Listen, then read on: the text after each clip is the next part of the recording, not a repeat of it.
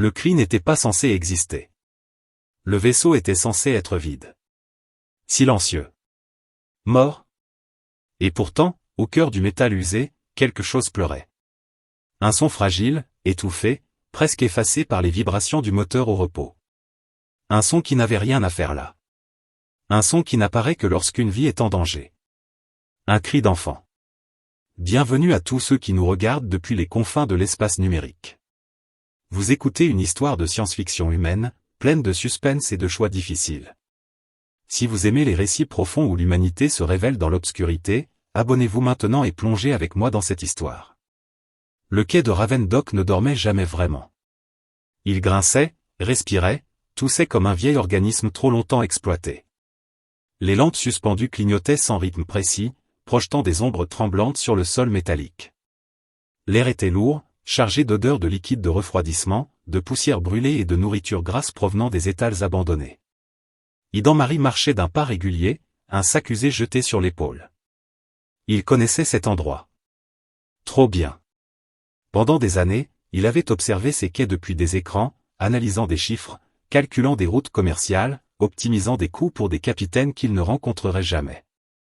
Il connaissait chaque couloir spatial, chaque détour rentable. Mais il n'avait jamais tenu une commande de vaisseau entre ses mains. Jusqu'à aujourd'hui. Le cargo l'attendait au quai 47. Un vaisseau bon marché. Trop bon marché pour être honnête. Iden s'arrêta net en le voyant. Les plaques de la coque avaient perdu leur couleur, comme si le temps les avait lavées sans pitié. Des traces pâles striaient le métal, semblables à des cicatrices mal refermées. Le numéro d'enregistrement était à moitié effacé, comme si même l'administration avait renoncé à se souvenir de son existence. Les supports de gravité émirent un gémissement discret sous son poids. Ce vaisseau n'était pas fier. Il n'était même pas triste. Il était oublié. Une pointe de déception traversa Iden, rapide mais nette. Puis elle se transforma en quelque chose de plus solide. Il n'avait pas choisi ce cargo par erreur. Il l'avait choisi parce que personne n'en voulait. Parce qu'il n'y avait pas de passé glorieux à respecter, pas d'équipage fantôme pour le juger. C'était un début brut. Mais c'était le sien. Un employé du quai arriva, un gobelet chaud dans une main, une tablette dans l'autre. Son visage était marqué par les années de formulaires et de pannes répétées. « Marie » demanda-t-il sans lever les yeux. « Oui. Vous êtes en avance. Les acheteurs sobres sont rares ici. » Iden ne sourit pas. « Je veux une remise simple. » L'homme haussa les épaules. « C'est exactement ce que vous aurez. Pas de garantie. Pas de réclamation. Si elle tombe en morceaux, c'est votre problème. » Iden acquiesça. Il posa son pouce sur la tablette. Le contrat se valida. Son nom s'inscrivit dans les archives de la station. Le vaisseau avait officiellement changé de propriétaire. Bonne chance, lança l'employé en s'éloignant. Ces vieilles coques aiment cacher des surprises. Iden monta la rampe. Le métal vibra sous ses pas. À l'intérieur, l'air était sec, immobile, chargé de poussière et d'huile ancienne. Les lumières s'allumèrent faiblement lorsqu'il activa le système principal. Un long couloir resta plongé dans l'ombre. Il inspecta le vaisseau par habitude. Cuisine dépouillée. Couchette vide. Sangles usées. Un vieux vêtement coincé derrière une caisse. Quelqu'un était parti vite. Trop vite. Il s'arrêta au centre du vaisseau. Écouta. Le bourdonnement régulier du cœur énergétique. Le souffle imparfait de la ventilation. Tout était normal. Puis le son revint. Faible. Instable. Un sanglot. Le monde d'Iden se figea. Son esprit tenta de nier. Fatigue. Illusion. Mais son corps savait. Chaque fibre de son être savait ce que c'était. Un enfant qui essayait de ne pas pleurer. Il avança lentement, suivant le bruit jusqu'à un panneau de maintenance mal refermé. Les vis portaient des marques récentes. De l'air chaud s'en échappait. Il posa la main sur la paroi.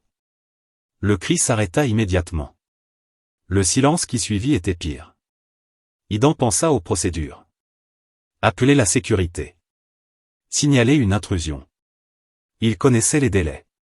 Les formulaires. Les conséquences. Il ne bougea pas. Il força le panneau. Le métal résista, puis céda dans un bruit sec. La plaque tomba au sol. À l'intérieur, il vit 2 corps recroquevillés. Une femme entourait une petite fille de ses bras, utilisant son propre corps comme rempart. Elle était maigre, épuisée. Sa peau claire était couverte de poussière. Ses vêtements, trop fins, étaient déchirés. Elle leva les yeux vers lui sans peur. Seulement une attente résignée. La petite fille tremblait, le visage enfoui contre elle. Idan sentit son souffle se bloquer. « Depuis combien de temps êtes-vous là » demanda-t-il doucement. La femme ne répondit pas.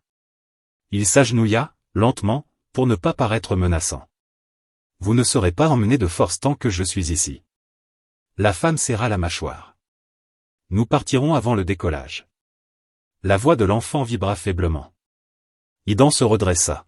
« Je reviens. » Il alla à la cuisine, remplit 2 gobelets d'eau et sortit les seules rations qu'il avait prévues pour le voyage.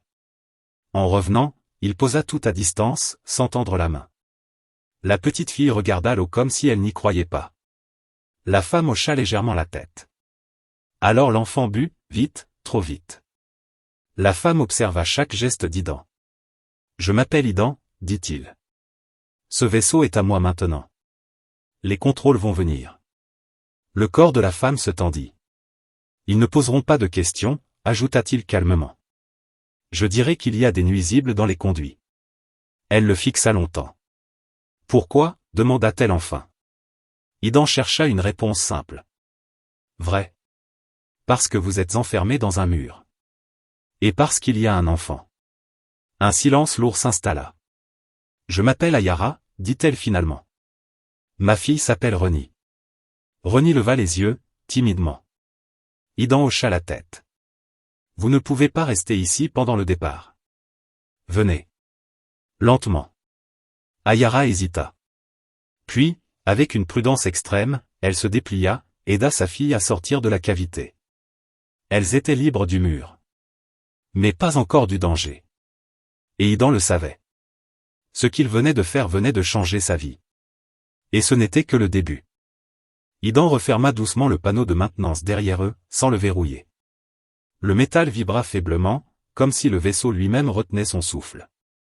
Ayara resta immobile un instant, tenant Reni contre elle, le regard tendu, prête à fuir au moindre geste brusque. Idan s'écarta volontairement, leur laissant de l'espace. Il savait que la confiance ne se demandait pas. Elle se construisait lentement, par des actes simples. Le décollage est prévu dans moins de 10 minutes, dit-il calmement. Si vous restez debout ici, le changement de gravité peut vous faire tomber. Surtout toi, ajouta-t-il en regardant Reni.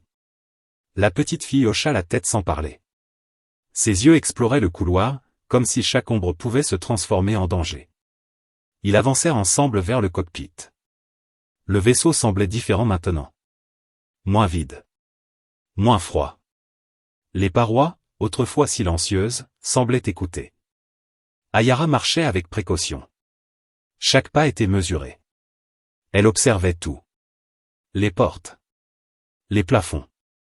Les angles morts. C'était la démarche de quelqu'un qui avait appris à survivre, pas à vivre.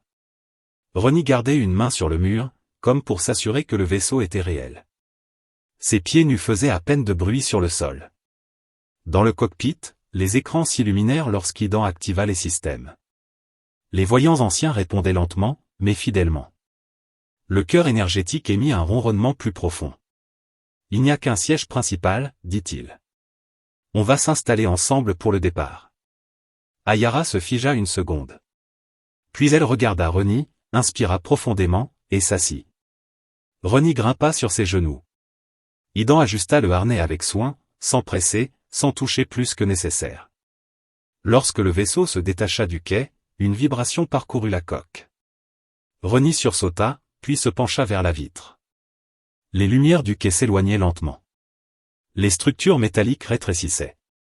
Puis il n'y eut plus que l'obscurité parsemée d'étoiles. Le silence s'installa, lourd mais stable. Idan gardait les mains sur les commandes. Il sentait la présence d'Ayara et de Reni contre lui, mais il ne bougeait pas.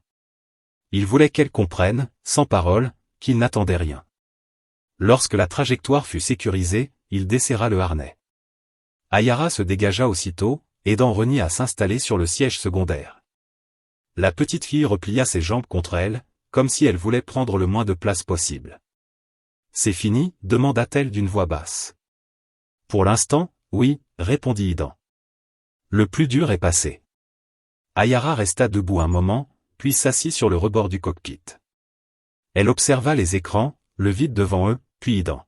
« Tu aurais pu nous livrer » dit-elle. Beaucoup l'auraient fait. Idan haussa légèrement les épaules. Beaucoup ont oublié ce que c'est que de voir quelqu'un comme une personne. Elle plissa les yeux. Tu ne sais rien de nous. C'est vrai, admit-il. Mais je sais ce que j'ai vu. Une mère qui protège son enfant. Ça suffit pour commencer. Ayara détourna le regard. Sa main se posa sur l'épaule de Reni. D'où venez-vous demanda Idan après un silence. Elle hésita. Puis parla lentement, comme si chaque mot pesait. D'un endroit où les gens comme nous ne comptent pas. Où on survit en se cachant. Reni est née là-bas. Elle n'a jamais connu autre chose. Reni leva les yeux vers sa mère. C'était sombre, murmura-t-elle. Et bruyant. Idan sentit une colère sourde monter en lui. Pas contre elle. Contre tout ce système qui permettait cela. Personne ne vous cherche ici, dit-il. Pas sur cette route. Ayara le fixa. Et après? Idan réfléchit. Il n'avait pas de plan parfait. Seulement une direction. Après, on trouvera un endroit où vous pourrez respirer sans vous cacher. Ayara serra les lèvres. Les promesses sont faciles. Je ne te promets rien, répondit-il. Je fais juste ce que je peux. Le vaisseau avançait, stable. Le bruit du moteur était presque rassurant. Reni se détendit peu à peu. Ses épaules s'abaissèrent. Elle regardait les étoiles comme si elles étaient nouvelles. Elles sont belles, dit-elle. Idan sourit. Elles ont toujours été là. On ne prend juste pas toujours le temps de les regarder. Ayara observa sa fille. Son visage se radoucit légèrement. Pourquoi ce vaisseau demanda-t-elle soudain. Tu aurais pu en choisir un autre. Idan inspira profondément. Parce qu'il était abandonné. Comme moi, d'une certaine façon. Elle le regarda, surprise. J'ai passé ma vie à analyser les routes des autres, continua-t-il. À leur dire où aller, comment gagner plus. Et moi, je restais assis. J'attendais. Un jour, j'ai compris que personne ne viendrait me donner ma chance. Un silence suivit. Alors tu l'as prise, dit Ayara. Oui. Reni se leva légèrement de son siège et s'approcha de lui. Tu vas nous garder? La question était simple. Directe. Sans défense. Idan la regarda. Je vais m'assurer que vous êtes en sécurité. Et après, vous déciderez. Ayara posa une main sur le bras de sa fille, mais ne la ramena pas en arrière. Tu n'as pas peur? Demanda-t-elle à Idan. Il sourit faiblement. Si. Mais j'ai appris que la peur ne disparaît pas quand on fuit. Elle disparaît quand on choisit. Le vaisseau poursuivait sa route. Derrière eux, la station n'était plus qu'un point lointain. Pour la première fois depuis longtemps, Ayara ferma les yeux quelques secondes. Juste assez pour respirer. Reni s'endormit peu après, la tête contre le siège, les doigts toujours crispés, mais moins qu'avant. Idan resta aux commandes, attentif, concentré. Il savait que ce voyage ne serait pas simple. Qu'il y aurait des risques. Des décisions difficiles. Mais il savait aussi une chose. Ce vaisseau, qu'il avait acheté pour fuir sa propre attente, venait de devenir quelque chose de plus. Un lieu où l'humanité avait encore une chance. Et tant qu'il serait aux commandes, il ferait tout pour ne pas la laisser disparaître. Le vaisseau avançait depuis plusieurs heures maintenant. Le rythme du moteur était devenu constant, presque apaisant, comme une respiration profonde qui emplissait chaque couloir. Idan gardait les yeux sur les instruments, mais son esprit restait en alerte. Trop de choses avaient changé en trop peu de temps pour qu'il se permette de se relâcher. Reni dormait toujours. Son corps frêle était recroquevillé sur le siège secondaire, les jambes ramenées contre sa poitrine. Sa respiration était plus régulière qu'auparavant, mais ses doigts restaient crispés, comme s'il s'attendait à être réveillé brutalement. Ayara, assise un peu plus loin, ne dormait pas. Elle observait tout. Les écrans. Les parois. Les moindres vibrations. Idan remarqua son regard. « Tu peux te reposer, dit-il doucement. Les systèmes sont stables. » Ayara secoua lentement la tête. « Je me repose quand je sais où je suis. » Il hocha la tête. Cette réponse lui semblait juste. Il connaissait ce sentiment. Celui de ne jamais pouvoir fermer les yeux sans craindre ce qui viendrait ensuite. Il consulta la carte de navigation. Leur route longeait une zone peu fréquentée. Des trajectoires commerciales secondaires, utilisées par des vaisseaux fatigués ou des capitaines qui ne voulaient pas attirer l'attention. C'était exactement ce qu'il avait choisi. On atteindra le relais extérieur dans quelques heures, dit-il. Après ça, plus aucun contrôle direct pendant un bon moment. Ayara inspira profondément. Et là-bas? Là-bas, il y a des dépôts. Des stations où les gens passent sans poser trop de questions. Rien de luxueux, mais assez pour commencer. Elle observa Reni. Commencer quoi? Idan hésita. Une vie où on ne se cache pas dans des murs. Le silence s'étira. Le vaisseau vibra légèrement lorsqu'il ajusta la trajectoire. Une alarme mineure clignota brièvement, puis s'éteignit. Rien de grave. Juste un rappel que ce cargo avait vécu trop longtemps. Ayara se leva lentement et fit quelques pas dans le cockpit. Ses mouvements étaient encore raides, mais moins qu'auparavant. Elle posa une main sur une paroi, sentant la chaleur diffuse du métal. « Tu sais réparer tout ça ?» demanda-t-elle. « Assez pour que ça tienne » répondit Idan. « Et assez pour apprendre ce que je ne sais pas. » Elle hocha la tête, comme si cette réponse lui suffisait. Reni bougea dans son sommeil.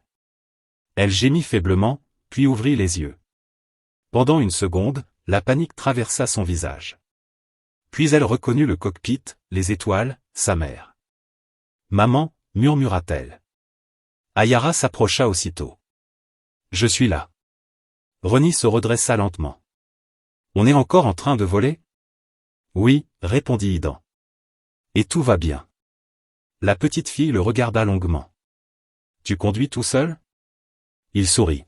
« Pour l'instant. »« Tu n'as pas peur de te tromper ?» La question était simple, mais elle frappa juste. Idan réfléchit un instant. « Si. » Mais rester immobile me faisait encore plus peur. Reni sembla réfléchir à son tour. Puis elle hocha la tête, comme si elle comprenait plus qu'il ne l'aurait cru. « Est-ce qu'on va encore se cacher ?» demanda-t-elle. Ayara se figea. Idan répondit avant elle. « Pas ici. Et pas si je peux l'éviter. » Reni baissa les yeux. « Alors je peux marcher dans le vaisseau ?» Oui, dit-il. Mais doucement. Il est vieux. Elle sourit faiblement. C'était un petit sourire, hésitant, mais réel. Elle glissa du siège et posa les pieds sur le sol. Elle marcha lentement, comme si chaque pas était une découverte. Elle toucha les murs, les portes, les poignées. Tout était nouveau. Ayara observait la scène sans intervenir. Ses épaules se détendaient peu à peu, presque malgré elle. « Elle n'a jamais eu d'espace » dit-elle à voix basse. Idan acquiesça. « Ça se voit. » Le temps passa. Le vaisseau poursuivait sa route. Idan resta concentré, ajustant parfois un paramètre, surveillant les signaux faibles. Il avait appris à lire ces machines comme on lit une humeur. Un changement subtil, une vibration différente, et il savait qu'il fallait intervenir. Soudain, un signal apparut sur l'écran secondaire. Faible. Instable. Idan fronça les sourcils. « Qu'est-ce qu'il y a ?» demanda Ayara. « Quelqu'un essaie de scanner la zone » répondit-il. Rien de direct. Juste une recherche large. Le cœur d'Ayara s'accéléra. « Ils nous ont trouvés ?» Non, dit-il rapidement. C'est loin. Probablement un autre cargo ou une patrouille automatique. Il modifia légèrement la trajectoire, réduisit certaines émissions. Le vaisseau sembla se faire plus discret, comme s'il se cachait dans l'ombre de l'espace. Reni s'était arrêté de marcher. « On est en danger ?» Idan se tourna vers elle. « Pas encore. Et si ça arrive, je te le dirai. » Elle hocha la tête, sérieuse. Le signal disparut aussi vite qu'il était apparu. Le silence revint. Ayara relâcha son souffle. Tu restes calme. Parce que paniquer ne change rien, répondit Idan. Ça ne fait que rendre les erreurs plus rapides. Elle le regarda différemment. Pas comme un simple propriétaire de vaisseau. Pas comme un homme de passage. Tu as déjà fait ça avant, demanda-t-elle. Non, admit-il. Mais j'ai passé ma vie à prévoir les erreurs des autres. Elle esquissa un léger sourire. Alors peut-être que ça suffira. Ils restèrent silencieux un moment. Reni s'assit près de la vitre, regardant les étoiles défiler lentement. Elle semblait moins crispée. Comme si son corps commençait à comprendre que, pour l'instant, personne ne viendrait l'arracher à cet endroit. Ayara s'approcha d'Idan. Si on atteint ce relais, dit-elle, il pourrait nous refuser l'accès. C'est possible, répondit-il. Et si ça arrive? Il tourna légèrement la tête vers elle. Alors on ira ailleurs. Sans plan? Avec ce qu'on a, dit-il simplement. Et avec ce qu'on est. Elle resta silencieuse. Puis elle posa une question qu'elle retenait depuis longtemps. Pourquoi nous? Il y a tant de gens dans des situations similaires. Idan fixa l'espace devant lui. Parce que vous étiez là. Parce que j'ai entendu ce cri. Et parce qu'une fois qu'on l'entend, on ne peut plus faire semblant de ne pas l'avoir entendu. Ayara ferma les yeux un instant. Lorsqu'elle les rouvrit, ils brillaient légèrement. Reni revint vers eux. J'ai faim, dit-elle timidement. Idan sourit. On va arranger ça. Il se leva, alla chercher ce qu'il restait de provisions. Peu de choses. Mais il partagea sans hésiter. Ils mangèrent lentement, assis ensemble dans le cockpit. Ce n'était pas un repas joyeux. Mais c'était un repas calme. Sans peur immédiate. Après cela, Reni s'endormit de nouveau, cette fois sur une couverture qu'Idan avait trouvée dans un compartiment oublié. Ayara la couvrit soigneusement. Merci, dit-elle simplement. Idan hocha la tête. Repose-toi aussi. Peut-être plus tard. Le vaisseau continuait d'avancer, emportant avec lui 3 Vikings, quelques heures plus tôt, ne se seraient jamais croisés. 3 chemins brisés qui s'étaient touchés par hasard, ou par nécessité. Idan savait que les choix à venir seraient plus difficiles. Qu'il y aurait des risques, des sacrifices, peut-être des pertes. Mais il savait aussi une chose essentielle. Il n'était plus seul dans ce vaisseau. Et pour la première fois depuis longtemps, cette responsabilité ne lui pesait pas. Elle lui donnait une direction. Le relais extérieur apparut lentement sur les écrans, d'abord comme une lueur floue, puis comme une structure massive découpée sur le vide. Ce n'était pas une station brillante ni impressionnante. C'était un amas de modules assemblés au fil des années, chacun portant les marques de réparation rapide et de compromis. Un endroit de passage. Un endroit où l'on venait quand on ne voulait pas être remarqué. Idan observa les données défiler. Les systèmes répondaient correctement, mais il sentait la tension monter en lui. Ce genre d'endroit pouvait être un refuge, ou un piège. Ayara se tenait près de lui. Elle avait passé les dernières heures à rester attentive, alternant entre le cockpit et les couloirs, comme si elle voulait mémoriser chaque recoin du vaisseau. Elle avait appris où se trouvait l'eau, les compartiments, les sorties. Des réflexes forgés par la nécessité. Reni dormait encore, roulé dans la couverture. Son visage était plus détendu qu'auparavant, mais parfois ses sourcils se fronçaient, comme si son esprit n'avait pas encore appris à se reposer complètement. On approche, dit Idan à voix basse. Ayara hocha la tête. Tu sens quelque chose d'étrange? Il observa les écrans. Pas encore. Mais je reste prudent. Il réduisit la vitesse, ajusta les communications. Un signal automatique leur demanda de s'identifier. Idan transmit les informations de base. Rien de plus. Pas de détails inutiles. Quelques secondes s'écoulèrent. Puis l'autorisation d'approche apparut. Accès accordé, indiqua le système. Ayara relâcha un peu ses épaules, mais son regard resta dur. Ça ne veut rien dire, murmura-t-elle. Les problèmes commencent souvent une fois à l'intérieur. Je sais, répondit Idan. On fera vite. Le vaisseau s'amarra lentement. Les vibrations cessèrent peu à peu. Le silence qui suivit était presque inquiétant. Reni se réveilla en sursaut lorsque les moteurs s'éteignirent complètement. On est arrivé, demanda-t-elle. Oui, répondit Idan. Mais reste près de nous. Elle acquiesça aussitôt et se leva, s'approchant instinctivement de sa mère. Ayara posa une main sur sa tête. Écoute bien. Tu ne t'éloignes pas. Tu ne parles pas à des inconnus. D'accord? Reni hocha la tête, sérieuse. Ils sortirent du vaisseau. Le couloir du relais était étroit, éclairé par des lumières pâles. Des gens passaient, certains pressés, d'autres lents, fatigués. Des visages fermés. Peu de regards directs. Idan sentait les yeux glisser sur eux, puis se détourner. Un vaisseau vieux, un capitaine seul, une femme et un enfant. Rien d'exceptionnel. Rien qui mérite trop d'attention. C'était exactement ce qu'ils voulaient. Ils se dirigèrent vers un point d'approvisionnement. Idan parlait peu, observant tout. Les sorties. Les caméras. Les agents en poste. Il reconnaissait les signes d'un endroit où l'ordre existait surtout pour l'apparence. Un responsable du dépôt les accueillit. Un homme aux traits fatigués, mais attentif.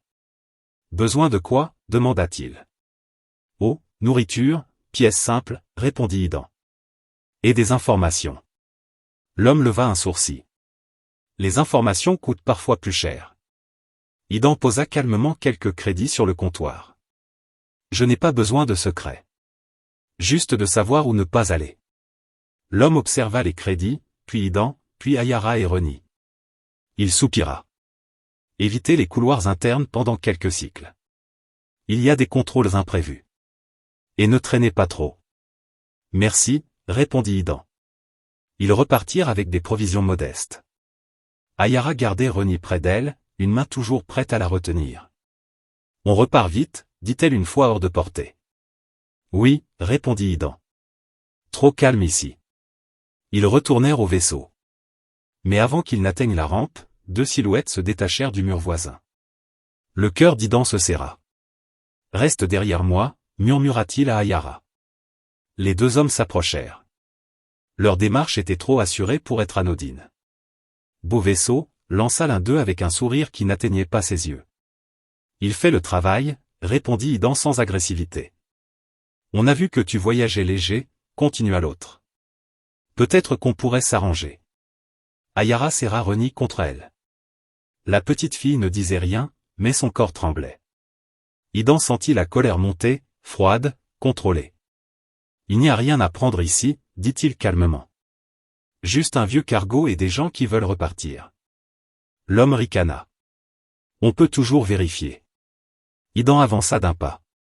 Sa voix resta basse, mais ferme. Vous pouvez essayer. Mais ce relais a des règles. Et vous savez comme moi que les problèmes attirent l'attention. Un silence tendu s'installa. Les hommes évaluèrent la situation. Le vaisseau. Les caméras. Le risque. Finalement, l'un d'eux haussa les épaules. Pas aujourd'hui. Ils s'éloignèrent. Idan ne bougea pas tout de suite. Il attendit qu'ils disparaissent complètement. Ayara souffla enfin. Merci. Ce n'est pas fini tant qu'on n'est pas reparti, répondit-il. Ils montèrent à bord et refermèrent la rampe. Idan lança aussitôt la procédure de départ. Les systèmes répondirent lentement, mais sûrement.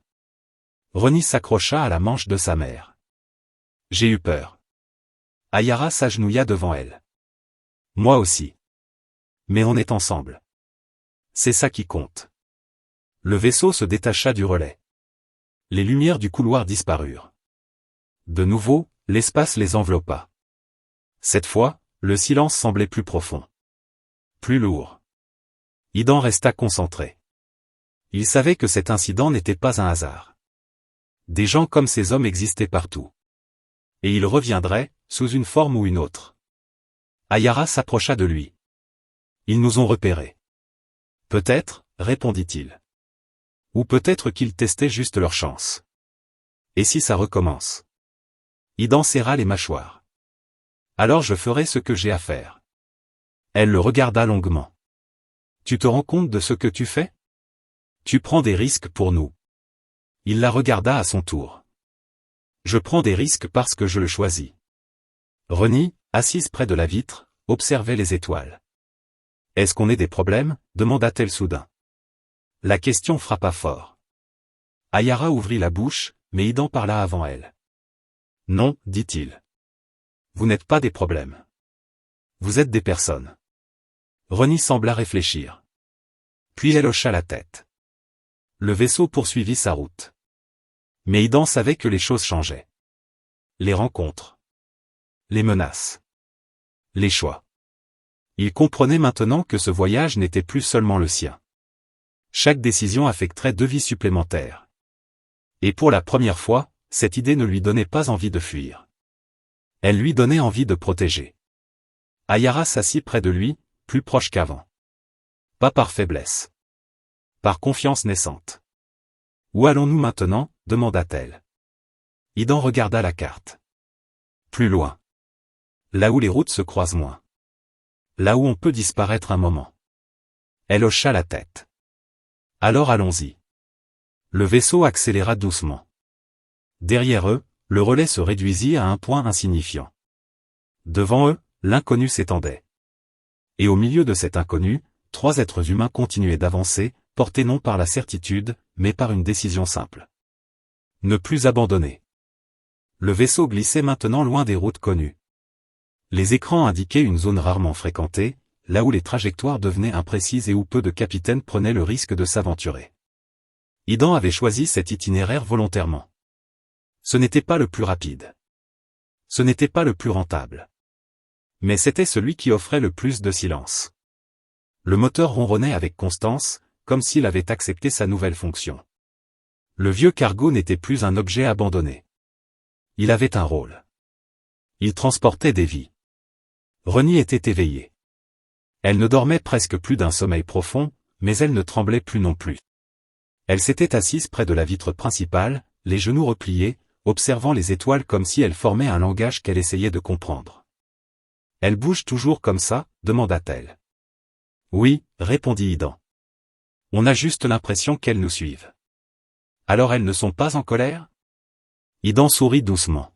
« Non. Elles s'en moquent. Et parfois, c'est rassurant. » Ayara observait la scène à distance. Elle s'était assise dans le cockpit, mais sans tension cette fois. Son dos reposait contre la paroi. Ses bras n'étaient plus croisés. Elle semblait fatiguée, mais pas brisée. Reni n'a jamais posé ce genre de questions avant, dit-elle à voix basse. C'est normal, répondit Idan. Elle commence à se sentir en sécurité.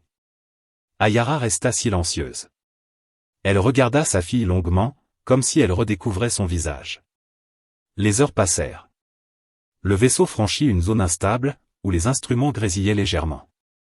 Idan resta concentré, ajustant les paramètres, compensant les variations. Il travaillait avec calme, mais chaque geste était précis. Il ne pilotait pas seulement une machine. Il guidait un avenir fragile. Soudain, une alerte discrète apparut sur l'écran. Idan fronça les sourcils. « Qu'est-ce qu'il y a ?» demanda Ayara immédiatement. « Une anomalie de trajectoire. Quelque chose perturbe le champ local. » Il analysa les données. Ce n'était pas une attaque. Pas un vaisseau. C'était un phénomène naturel, rare, mais dangereux. Une zone de turbulence spatiale, invisible à l'œil nu. « On ne peut pas l'éviter ?» demanda Ayara. « Pas complètement » répondit Idan. « Mais je peux ralentir et stabiliser. » Il réduisit la vitesse. Le vaisseau vibra légèrement. Les lumières baissèrent brièvement, puis revinrent. Reni se tourna vers eux. « Ça va casser ?» « Non » dit Idan d'une voix ferme. « Le vaisseau est solide. Et je suis là. » Elle hocha la tête et se rassit sans discuter. Les secousses durèrent plusieurs minutes. Pas violentes, mais constantes. Assez pour rappeler à chacun que l'espace n'était jamais totalement sûr. Ayara se leva et se rapprocha d'Idan. « Tu n'es pas obligé de faire tout ça, dit-elle doucement. Tu pourrais encore nous déposer quelque part et repartir. » Idan ne détourna pas les yeux des commandes. « Je le sais. Alors pourquoi tu continues ?» Il prit une inspiration lente. « Parce que si je vous laisse maintenant, ce cri que j'ai entendu ne s'arrêtera jamais vraiment. Il restera avec moi. » Ayara ferma les yeux. Lorsqu'elle les rouvrit, une larme silencieuse glissa sur sa joue. Elle ne l'essuya pas. Les turbulences cessèrent peu à peu. Les instruments se stabilisèrent. Le vaisseau retrouva sa trajectoire. Idan relâcha enfin un peu ses épaules. On est sorti de la zone, dit-il. Reni applaudit doucement, presque timidement. On a gagné? Idan sourit. Pour cette fois, oui. Ils partagèrent un repas simple peu après. Rien d'exceptionnel. Des rations réchauffées, de l'eau tiède. Mais ils mangèrent ensemble, assis côte à côte, sans peur immédiate. C'était un moment ordinaire. Et c'était précieux. Après le repas, Reni s'endormit profondément. Son visage était paisible, ses mains détendues pour la première fois depuis qu'Idan l'avait vue. Ayara la couvrit soigneusement, puis resta assise à côté d'elle longtemps. Elle n'a jamais dormi comme ça, murmura-t-elle.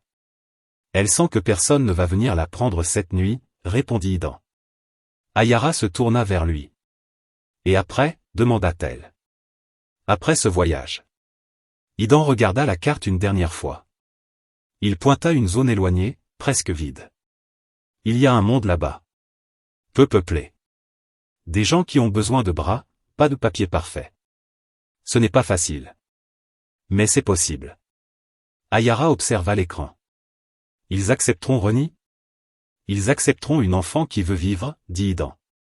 Et une mère qui se bat pour elle. Ayara inspira profondément. Alors je veux essayer. Idan hocha la tête. Moi aussi. Le vaisseau continua sa route pendant des jours. Le temps semblait différent ici. Plus lent. Plus honnête. Idan effectuait des réparations simples, apprenait chaque bruit, chaque vibration. Ayara l'aidait quand elle pouvait. Reni observait, posait des questions, riait parfois. Un rire discret, mais réel. Un jour, alors qu'ils approchaient enfin de leur destination, Reni demanda. Est-ce que ce vaisseau a un nom? Idan s'arrêta net. Non? Pas encore. Alors il est triste, dit-elle. Ayara sourit. Tu crois? Oui. Tout le monde a besoin d'un nom. Idan réfléchit. Puis il regarda le tableau de bord, la coque usée, les réparations visibles. Alors on l'appellera Espoir, dit-il doucement. Reni sourit largement. J'aime bien. Le monde apparut enfin à l'horizon. Pas brillant. Pas parfait. Mais réel. Solide. Habité. Idan sentit une émotion qu'il ne connaissait pas vraiment. Ce n'était pas de la fierté. Ce n'était pas de la peur. C'était la certitude tranquille d'avoir fait le bon choix. Ayara posa une main sur son bras. Merci, dit-elle. De quoi? De ne pas avoir détourné le regard. Le vaisseau descendit lentement. Les moteurs répondirent fidèlement. Lorsqu'ils se posèrent enfin, le silence qui suivit n'était plus oppressant. Il était plein de promesses. Reni sauta presque sur le sol, regardant autour d'elle avec curiosité. On peut rester? Idan la regarda. Si tu le veux. Elle hocha la tête avec enthousiasme. Ayara resta un instant immobile, puis posa le pied à son tour. Elle inspira l'air nouveau, ferma les yeux. On est vivante, murmura-t-elle. Idan resta près du vaisseau. Il le toucha une dernière fois, comme on touche un vieil ami. Il n'avait pas acheté ce cargo pour devenir un héros. Il n'avait pas cherché à sauver qui que ce soit. Il avait simplement choisi de ne pas ignorer un cri. Et parfois, c'est tout ce qu'il faut pour changer plusieurs vies. Le vaisseau Espoir resta derrière eux, prêt à repartir si nécessaire. Mais pour l'instant, il avait accompli sa mission. 3 êtres humains avaient trouvé un nouveau départ. Et dans l'immensité froide de l'espace, cela suffisait.